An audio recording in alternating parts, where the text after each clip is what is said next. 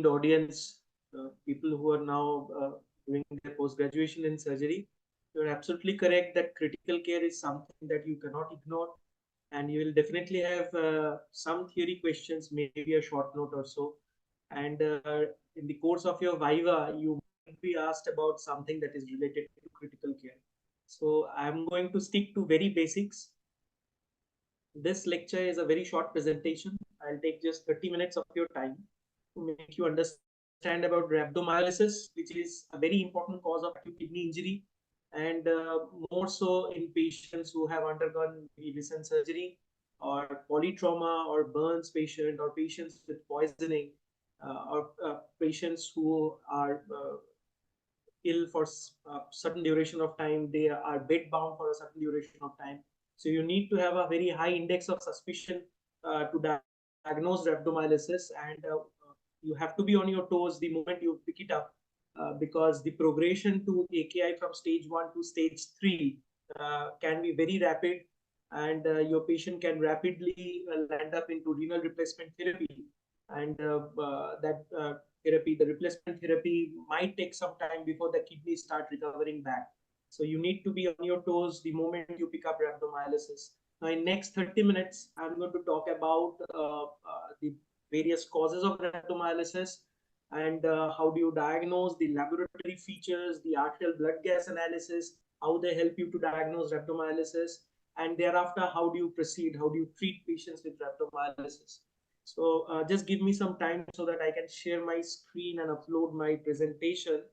Sure, Dr. Panda. Just one more this thing I want to tell you, that we are not too familiar with terms like AKI since we don't use it very regularly in our practice. So it be kind of you can tell what Right. it is, So because we'll miss it. Right. So AKI stands for acute kidney injury. So this is the new terminology that has replaced acute renal failure. So nowadays we call it as acute kidney injury.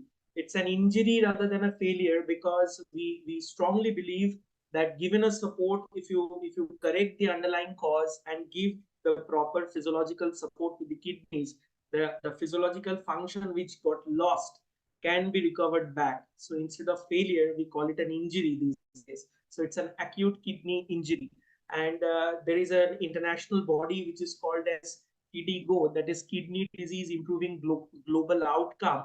And they have staged acute kidney injury based on the serum creatinine and the urine output criteria into 3 different stages. So stage 1 starts somewhere, and stage 3 ends somewhere where the patient has already become anuric and requires renal replacement therapy or dialysis support. So that is the entire spectrum of acute kidney injury. So we have stopped using the term of acute renal failure these days, and we have replaced it with acute kidney injury.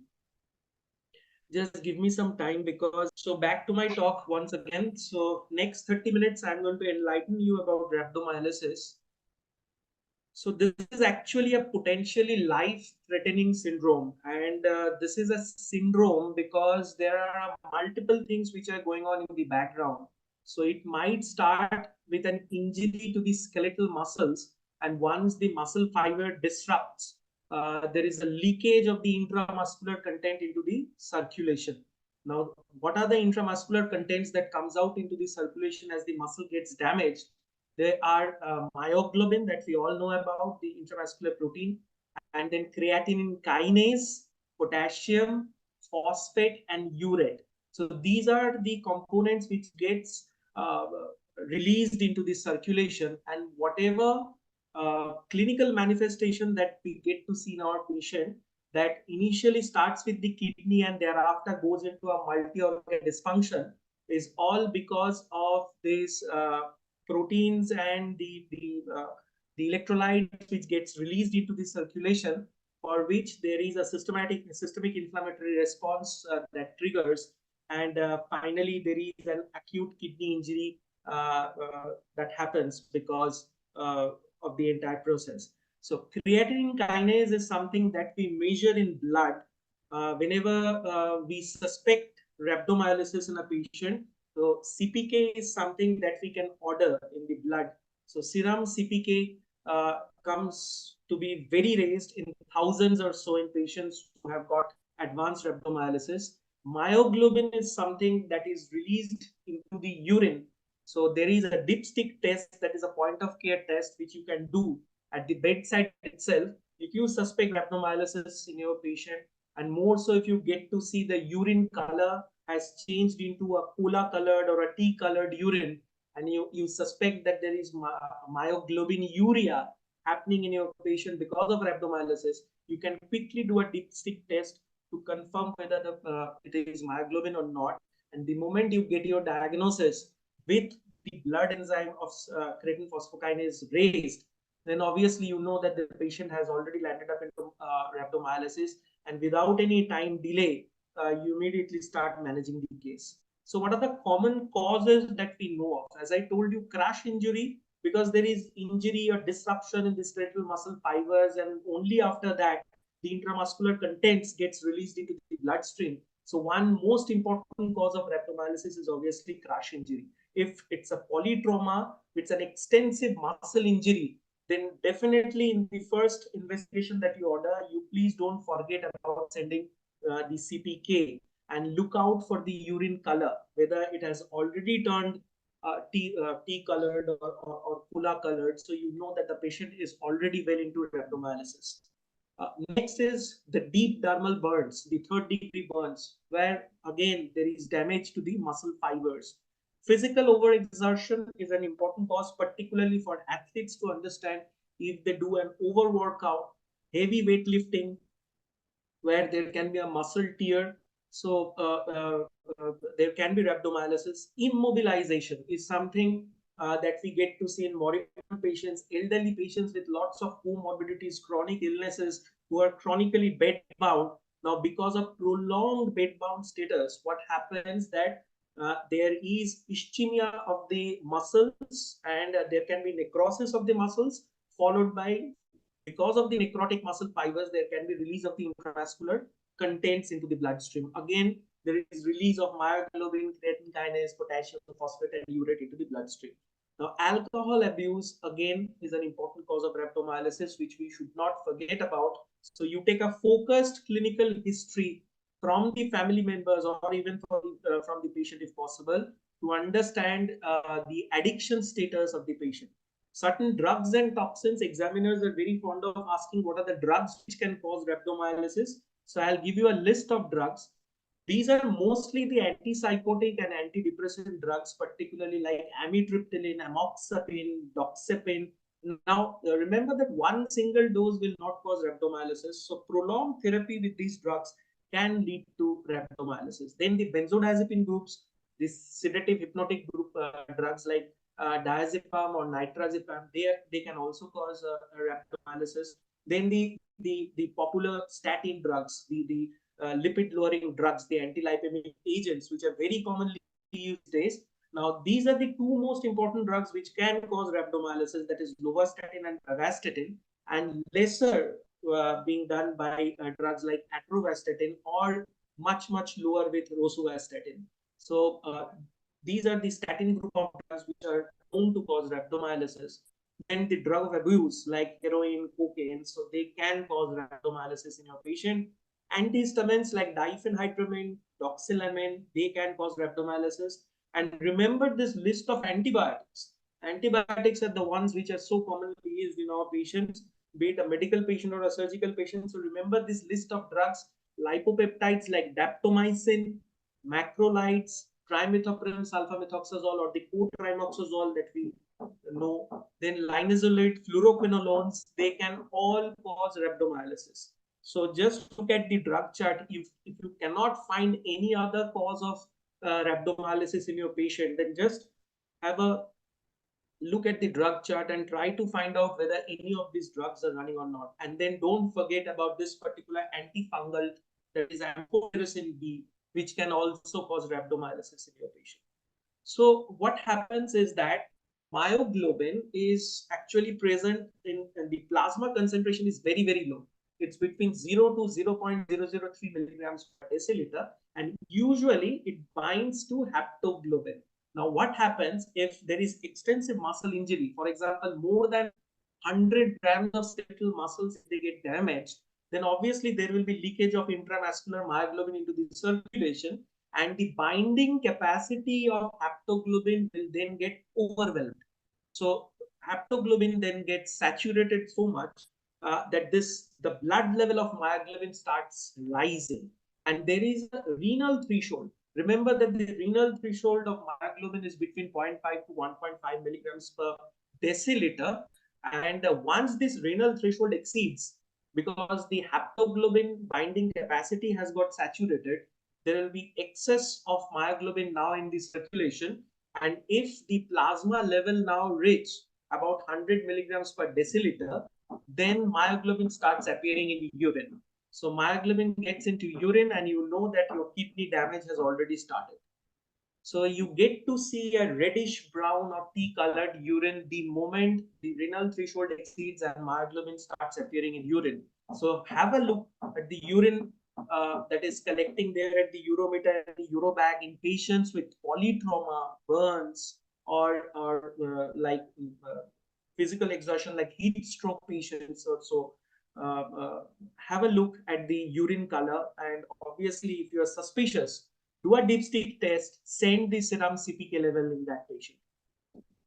So how does actually damage the kidneys? How does it bring down the GFR, that is the glomerular filtration rate? So there are three main mechanisms by which myoglobin does it. One is, which is direct. It causes a direct damage to the tubules. So it's an ischemic tubular damage, and it is directly done by myoglobin.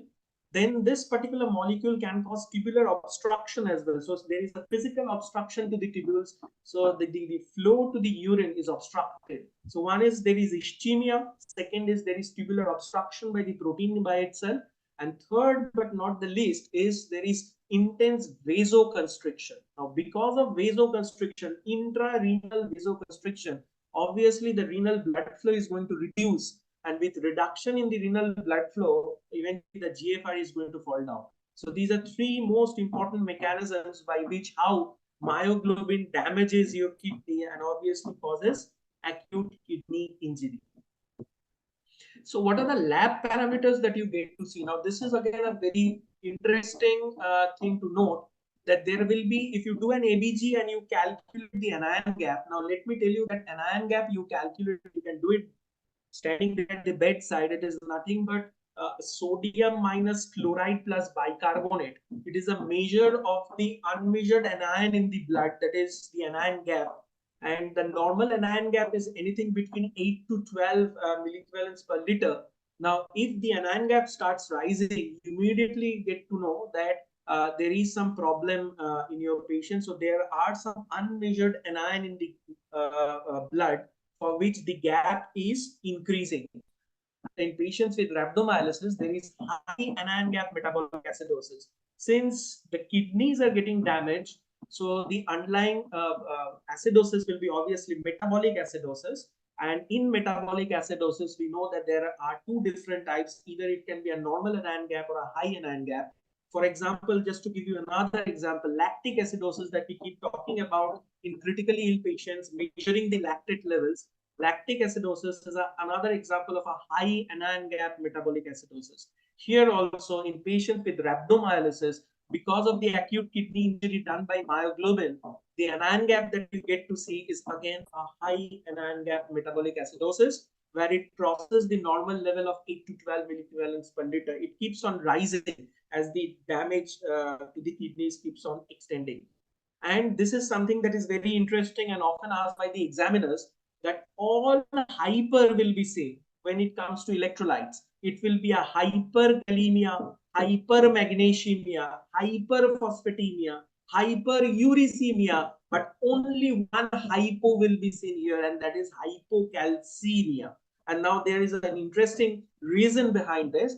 What happens is, in that damaged muscles, is a sequestration of a large amount of water from within the body as well as calcium ions into the damaged muscles. And the calcium, as it enters the damaged muscles, it binds with phosphate and it precipitates there. So there is calcification of the necrotic muscles that takes place. So that's why, since there is sequestration from the bloodstream into the damaged muscles, That's why there will be an abrupt drop in the serum calcium levels. That is, hypocalcemia will be there in the background of all other electrolytes going up, particularly potassium, magnesium, phosphate. So there will be hyperkalemia everywhere, except in case of calcium, there will be hypocalcemia. So this is an interesting finding to note, and this can be asked by the examiner as well. So be careful about it, that only calcium level will drop, all other levels will go up. Now, as I told you that this is the reason, ischemic damage muscle cells, the calcium enters, it forms calcium phosphate, precipitates, and there will be necrosis of the calcification of the necrotic muscles that will take place. Now, do we correct this hypocalcemia? The answer is no. Don't correct this hypocalcemia, because you have to treat the underlying cause of rhabdomyolysis. And while you want to save your kidneys from going into AKI stage 3, that is before the patient becomes totally anuric and lands up into dialysis, you have to aggressively volume resuscitate the patient. Now, while you are volume resuscitating the patient, what happens is you are replenishing the extracellular volume, and that is the point of time when calcium, there is redistribution of calcium back into the bloodstream from the damaged muscle cells. So your calcium levels automatically starts building up when you're actually aggressively fluid resuscitating the patient. But you treat hypocalcemia only if the patient is already symptomatic of hypocalcemia. That is, there is tetany, or if there is evidence of any kind of hypocalcemic seizures, you have to give calcium gluconate in that patient.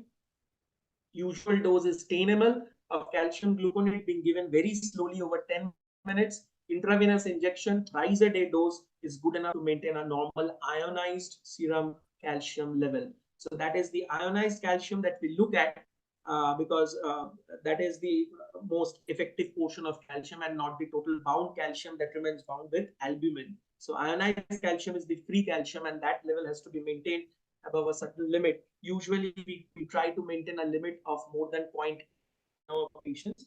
So you correct hypocalcemia only if the patient is symptomatic of hypocalcemia.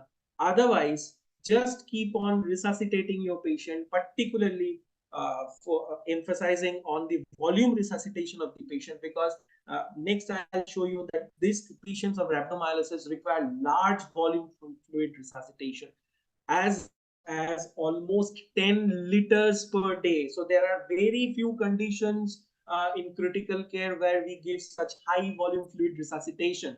And obviously, when you are resuscitating patients with such high volumes, we would always love to put in some lines so that we can do some invasive hemodynamic monitoring in our patients. So maybe central venous catheter and maybe an arterial line.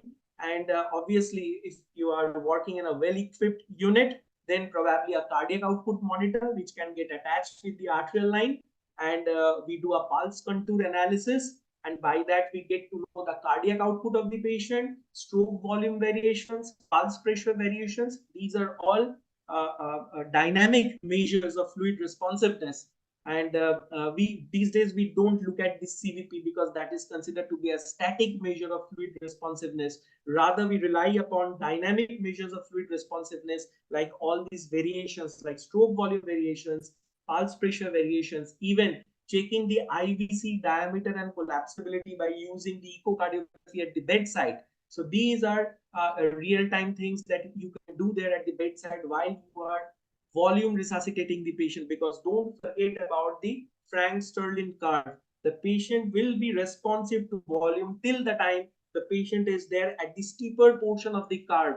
The moment the patient goes to the flat portion of the curve, and if you are still engaging yourself into resuscitating the patient, you are actually overdoing the resuscitation and more chances of flooding the lungs. So for that, we need some dynamic measures of responsiveness. But on an average, we have seen that patients with rhabdomyolysis during the initial stages, you have to do an aggressive volume resuscitation, almost to the tune of almost 10 liters per day, roughly approximately about 400 ml per hour of crystalloid fluid. So between colloid and crystalloid, our choice will always be a crystalloid. And normal saline is something that we prefer because, as I told you, that there will be hyperkalemia in the background. So do not use Ringer's solution or Ringer's lactate. You rely mostly on normal saline. The target urine output, so that is there to look at, will be approximately 3 ml per kg per hour, or like 200 ml per hour. And how long to continue? First, I told you that you keep checking volume responsiveness in your patient as long as you are resuscitating the patient with such high volume. So look at these dynamic measures of fluid responsiveness rather than a static measure like CVP. So look at these dynamic measures, and side by side, keep looking at the urine color. So if there is clearance of myoglobin from urine, immediately you get to see clear urine from cola color. If the urine, it becomes a clear or a straw colored urine, and you do a dipstick test again, and it will test as negative. So this is a very good indicator that the myoglobin has already cleared from the kidneys, and normal physiological function of the kidney is going to get established very soon. Till that time, volume resuscitation has to continue. But remember, the moment the patient goes at this plateau portion, the steeper portion, the plateau portion of the Frank-Sterling curve, you have to cut down the volume. So do not keep on resuscitating at 400 ml per hour, because you will be flooding the lungs in those cases. This is something very interesting, but usually in very small percentage of cases, we need to do this maneuver that is called as alkalinization of the urine. You check the you have sent the urine for routine examination. You have got the urine pH level. Now check the pH. If the pH is too acidic, because there is a background of a high anion gap metabolic acidosis that is there in rhabdomyolysis, and if your urine pH is showing a pH of less than equal to 6.5, so now is the time that you can think about alkalinization of urine. And how do you do that?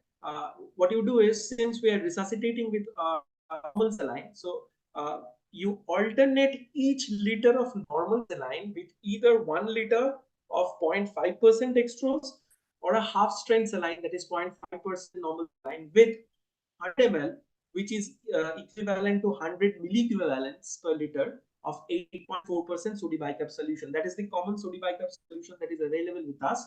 So you replace every liter of saline with 1 liter of half strength saline or 1 liter of 5D, and you inject about 100 ml of sodium bicarb in that 1 liter, and let that 1 liter run. So in that way, you keep on alkalinizing the milieu so that the urine turns alkaline. So what are the advantages of alkalinizing the urine? If the urine pH is too acidic, you know that this stem horsefall protein, which is the major protein that comes out in urine, the proteinuria that you get to see, the major protein that comes out in urine is actually tam horsefall protein. In normal kidneys, the excretion rate is about 30 to 60 milligrams per deciliter. But in abnormal kidneys, obviously the rate is going to go high. So what happens is, myoglobin here forms a complex with tam horsefall protein. Now,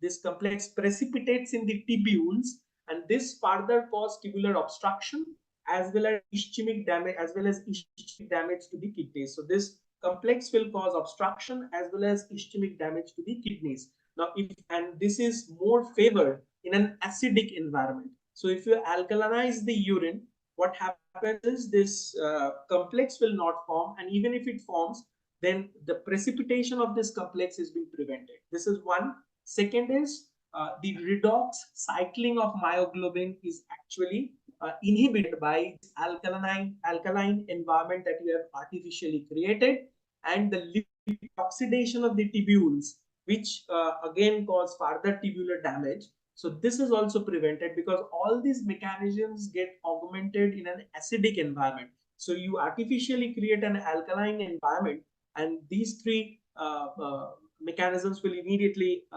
stop, and in a way will promote, will help you to revive the tubular functions. But there is a disadvantage of alkalinizing the urine as well, and that is, since you are giving too much of sodium bicarb, this can again form a complex with calcium. So sodium carbonate will be formed, and this is further going to decrease the ionized calcium, and there can be exacerbation of symptoms of hypocalcemia. So initially I told you that keep on resuscitating the patient, forget about hypocalcemia. Hypocalcemia will get corrected automatically because there is redistribution of calcium back from the necrotic muscles into the circulation while you are volume resuscitating the patient. But parallelly, if you are actually using sodium bicarb in every alternate bottle of saline you are using for resuscitation, then this sodium bicarb is actually going to further decrease the ionized calcium levels. So if you are at all using this method, keep a watch on the ionized calcium level. And if the ionized calcium level starts declining further, then use calcium gluconate. As I have told you, 10 ml of calcium gluconate thrice a day is good enough.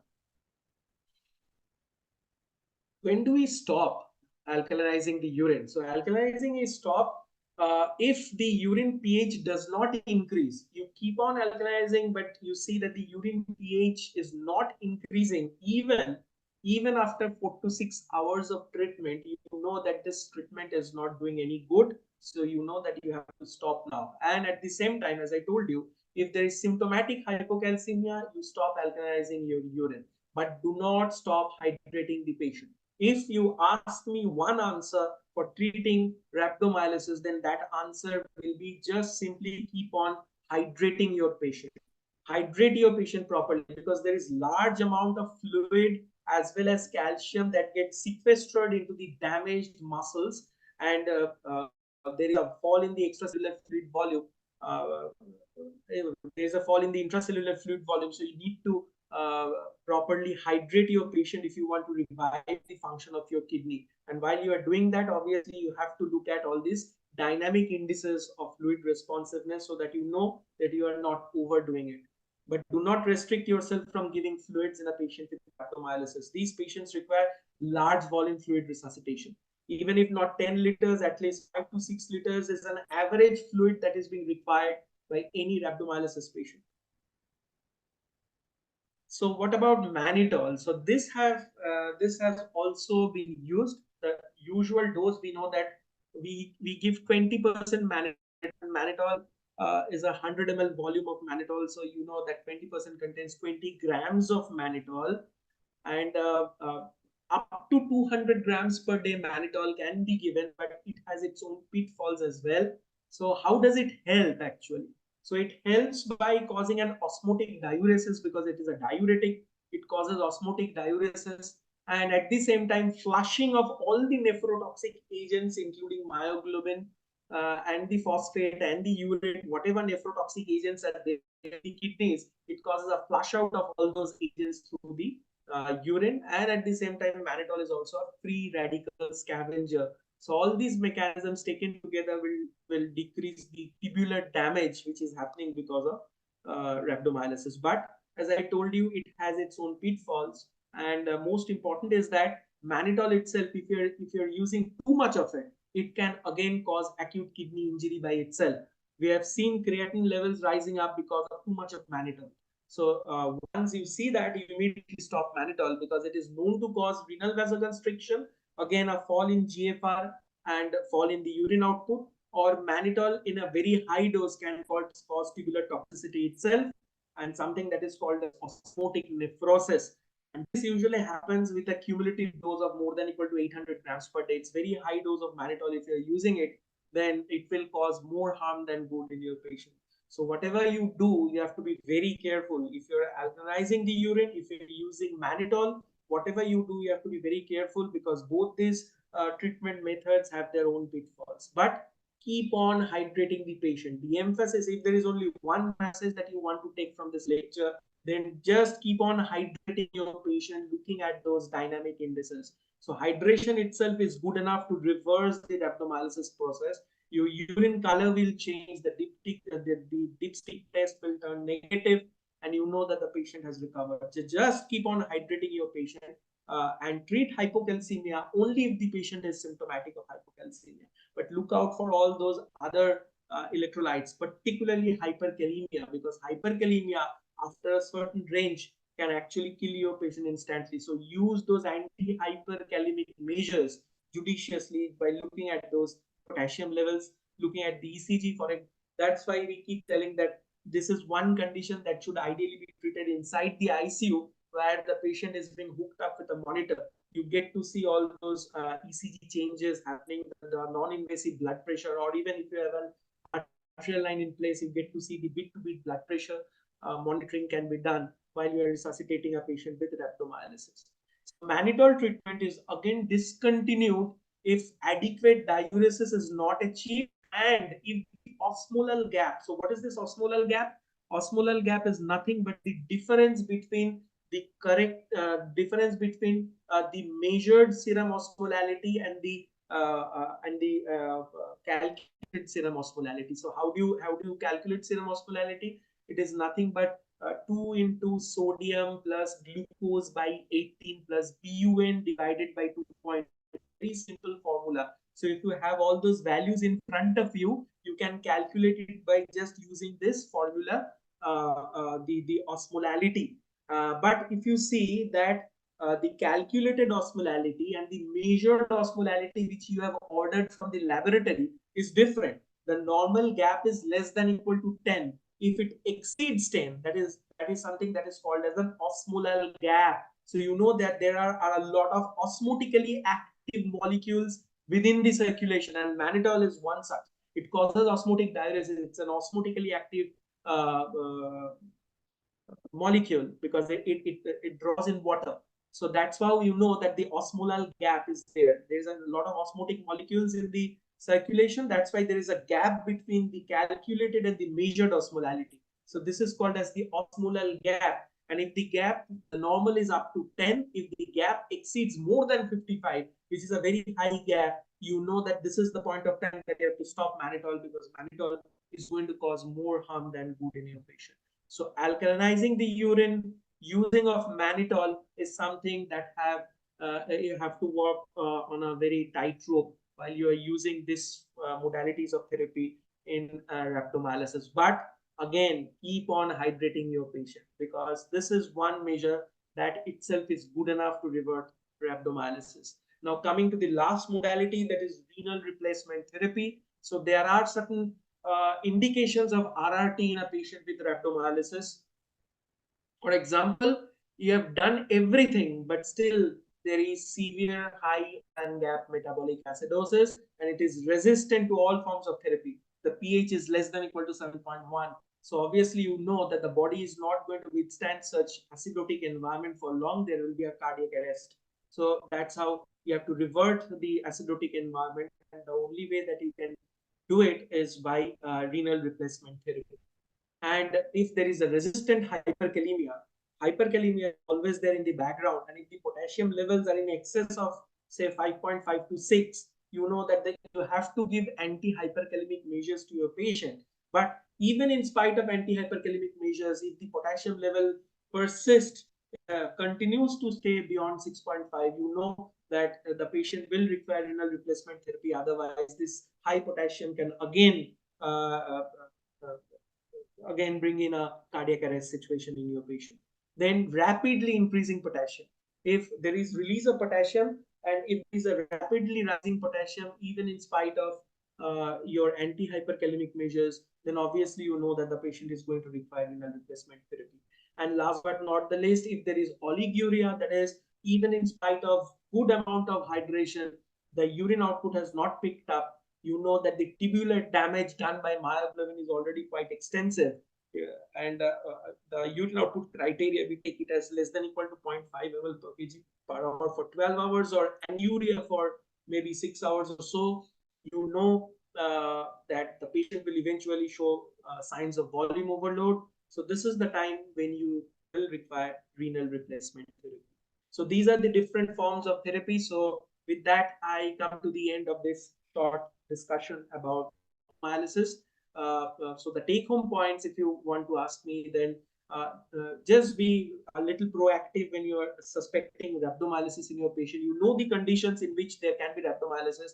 Any trauma patient, particularly polytrauma with crush injuries, severe burns, third-degree burns, the deep dermal burns, patients who are moribund, who are long-term bedridden patients, poisoning patients, the toxins that I discussed, particularly the drugs, if there is maybe an antipsychotic, antidepressant drug overdose, a poisoning patient who have come to you. So think about rhabdomyolysis. Don't forget about rhabdomyolysis, particularly if you get to see an AKI, acute kidney injury picture in the first blood investigation reports that is there. If the creatinine levels are high and you see the urine color to be slightly highish in color and gradually turning into a cola color or a tea colored urine, you know that the patient has rhabdomyolysis. So don't forget to send the CPK in blood, check the myoglobin through a dipstick test, and start volume resuscitating the patient. This is one measure that is going to revert rhabdomyolysis. And you can alkalinize urine, but then it has its own pitfalls. You can use mannitol, but then again, its own pitfalls.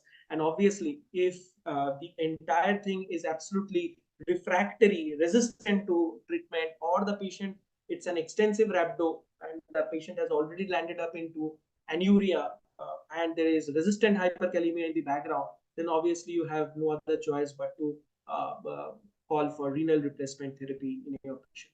So with that, I come to the end of this discussion. So if there are any questions, I'll be glad to answer them.